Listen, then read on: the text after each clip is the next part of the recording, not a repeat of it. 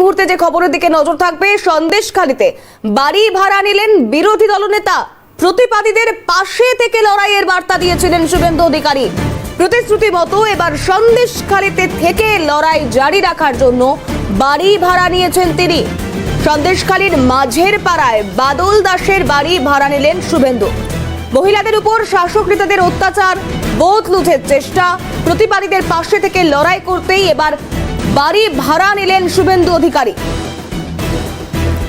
এই মুহূর্তে আরো বিস্তারিত আমরা গোটা বিষয়টা জানবার চেষ্টা করব। মফিজুল ইসলাম আমাদের প্রতিনিধি আমাদের সঙ্গে এই মুহূর্তে সরাসরি রয়েছে। মফিজুল, সন্দেশখালীর মানুষের পাশে থেকে লড়াইয়ের বার্তা আগেই দিয়েছিলেন এ রাজ্যের বিরোধী দলনেতা। এবার একদম সন্দেশখালীতে থেকে তিনি লড়াই করতে চাইছেন, বাড়ি ভাড়া নিয়েছেন। কি কি আপডেট রয়েছে?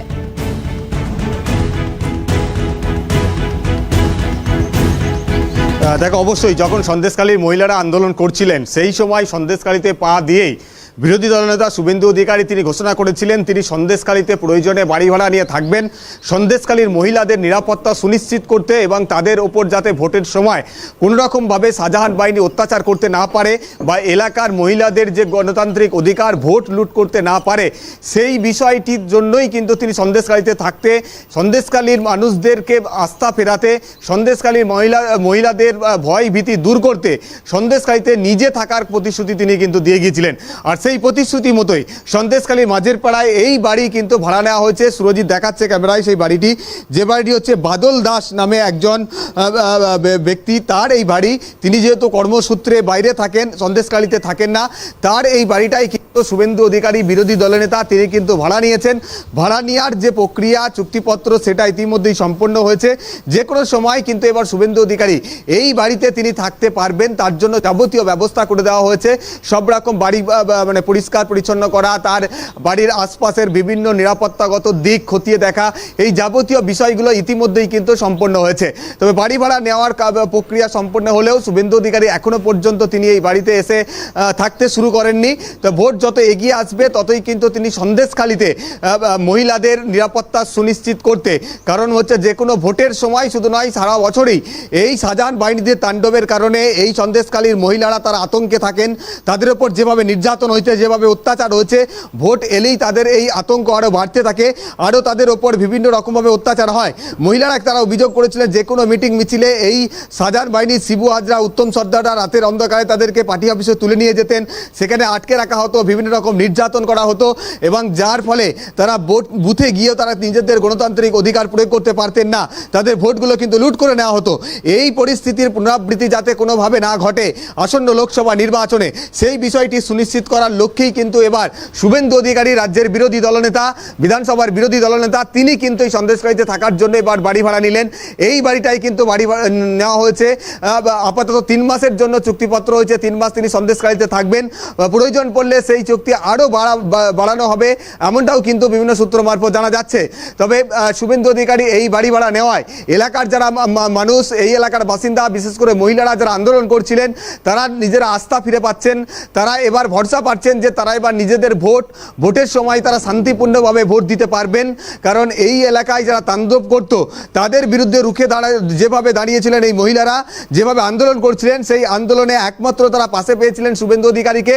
সেই জায়গা থেকে দাঁড়িয়ে শুভেন্দু অধিকারী যখন তাদের পাশে দাঁড়াতে একেবারে বাড়ি ভাড়া নিয়ে সন্দেশখালীতে থাকার সিদ্ধান্ত নিয়েছেন, তাতে করে এই এলাকার মানুষজন, মহিলারা তাদের মধ্যে আস্থা ফিরে পাচ্ছে, তারা সাহস পাচ্ছেন। তাদের যে ভয় ভীতি যে কোনো নির্বাচনের সময় তাদের মধ্যে ভয়ভীতি গ্রাস করত, সেটা থেকে তারা কিন্তু কার্যত দূরে সরে যাচ্ছেন বা ভয়ভীতি তারা কিন্তু দূর করে এলাকায় তারা নিজেদের ভোটটা দিতে পারবেন, এমনটা কিন্তু তারা আশা প্রকাশ করছেন বিরোধী দলনেতা এখানে এসে থাকতে শুরু করার কারণে। ফলে বাড়ি ভাড়া নেওয়ার যে প্রতিশ্রুতি সন্দেশখালী মহিলাদের কাছে দিয়ে গিয়েছিলেন, সেই প্রতিশ্রুতি মতোই বাড়ি ভাড়া নিলেন সন্দেশখালীর মাঝের পাড়ার এই বাদল দাসের বাড়ি। এবার কবে থেকে তিনি এখানে থাকা শুরু করেন সেটাই দেখার, এবং তার এখানে আগমন, তার এখানে থাকা, তার এখানে বাড়ি হওয়া, এটা নিয়ে কিন্তু এলাকার মানুষজন যথেষ্টই উৎসাহিত এবং যথেষ্টই তারা আস্থা ফিরে পাচ্ছেন। তিথি, বেশ, মফিজুল আমাদের সঙ্গে থাকো। বাড়ির মালিক তিনি ঠিকই বলছেন, একবার শোনাই। হাজবেন্ডের বর বাদল দাস। আচ্ছা, এই বাড়িটা ওনারই? হ্যাঁ। উনি এখানে থাকেন না? না। আচ্ছা, এই বাড়িটা ভাড়া দেওয়া হয়েছে কারোকে? হ্যাঁ, ভাড়া দেওয়া হয়েছে। কাকে ভাড়া দেওয়া? ওই শুভেন্দু অধিকারীকে। আচ্ছা, কবে থেকে আসবেন উনি? তা জানি না, ওগুলো জানি না। আর ভাড়া দিয়েছে এইটুকুই জানি। কবে আসবেন টাসবেন এসব খবর নেই। এগ্রিমেন্ট করে ভাড়া হয়েছে যা করা কাগজপাতি করে। তাই তো শুনেছি কবে হয়েছে কথাটা রিসেন্ট? বেশ কিছুদিন আগে। বেশ কিছুদিন আগে। এই- এখন কি ওনার লোকজন আসতে শুরু করেছে? না না না না, কেউ এখনো আসেন না না না মানে ঘরদোর পরিষ্কার করে দেওয়া হয়েছে? না, এমনি হচ্ছে আমার যা যিনি ও এমনি অনেক দিনই নেই এখানে, প্রায় 8-9 বছর। আচ্ছা। তা ওরা ওই এমনি লোক রেখে দিয়েছে, ওরা আসা যাওয়া করতো আর কি, মানে আমার যাটাই আসতো।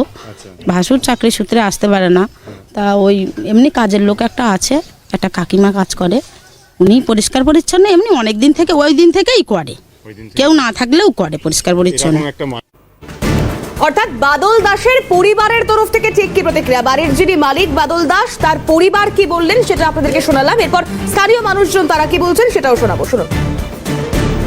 দেখাচ্ছে কিন্তু উনি আসবেন বলে এখানে তো আমরা একটু ভরসা পেয়েছি যে উনি থাকবেন এখানে, কিন্তু উনি তো আসছেন না। এখন তো সব আন্দোলনের লোকজন সব হচ্ছে, আমাদের তো আবার ভয় দেখাচ্ছে। আবার ভয়টা কে দেখাচ্ছে? দোকানে আমরা কালকের মিছিলে গিয়েছিলাম, ওখানে বলেছে যে কেন আসবে, হ্যাঁ, কারা বলছে এটা? অন্য পার্টিরা বলছে যে আমরা কোন পার্টি? তৃণমূলের পার্টি। তো কালকে ওই রেখা পাত্রের সঙ্গে বেরিয়েছিল? হ্যাঁ, ওরা সেজন্য বলেছে হুমকি দিচ্ছে? হুমকি দিচ্ছে যে কেন আসবে। আচ্ছা, পুলিশ কি এখন গ্রাম মহিলাদের আপনাদের নিরাপত্তা দিতে কাজ করছে নাকি সে আগের মতো? পুলিশের কোনো দায়িত্ব নেই।